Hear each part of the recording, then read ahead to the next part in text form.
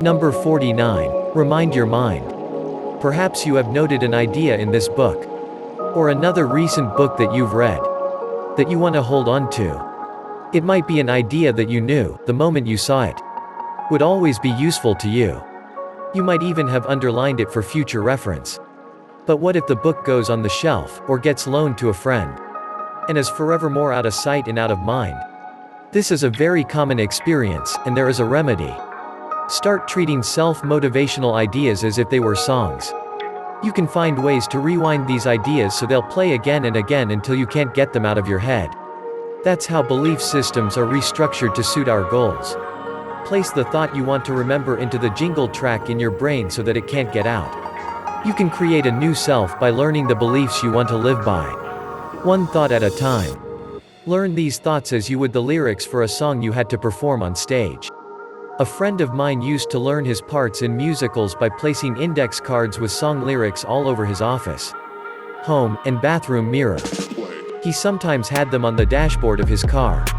Why? He was making a conscious visual effort to reach the backside of his own mind. The trick is to keep this motivation going.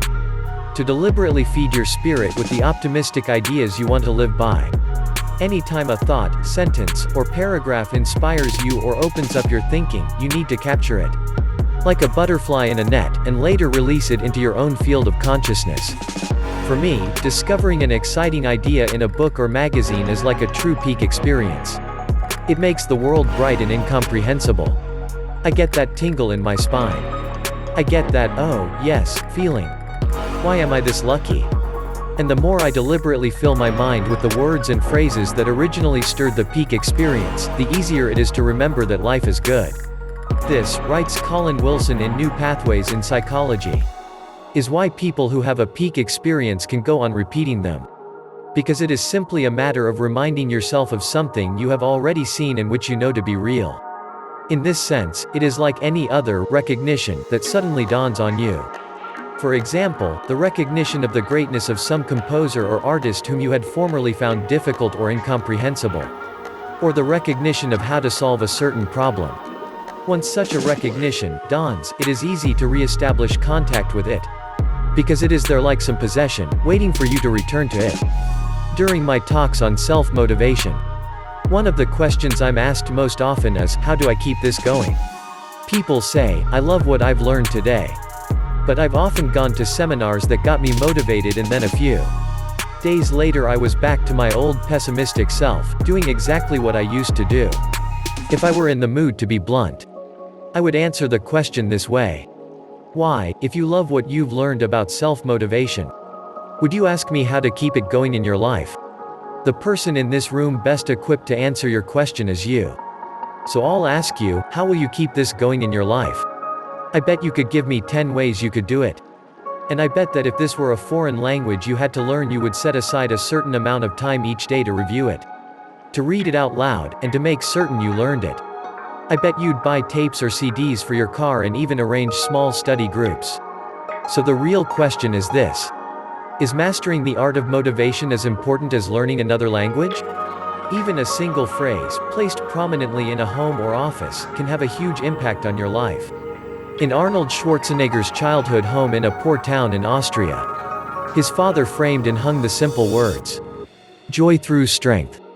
It's not hard to see what effect that idea had on Arnold's life. Once while I was attending a Werner Erhard seminar, I had some free time during a break, so I wrote myself a letter. I put down all the ideas I wanted to remember from the seminar and I sealed them in an envelope. I took it home and a month later I mailed it to myself. When I opened it at work and read it, it was like a fresh experience all over again.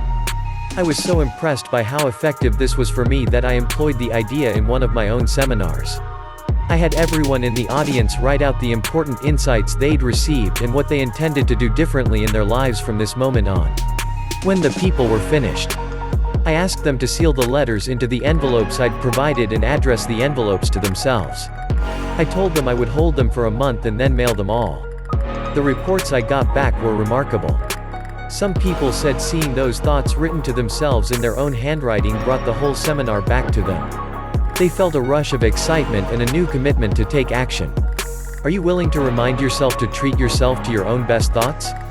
Are you willing to set visual traps and ambushes, so you'll always see words and thoughts you know you want to remember?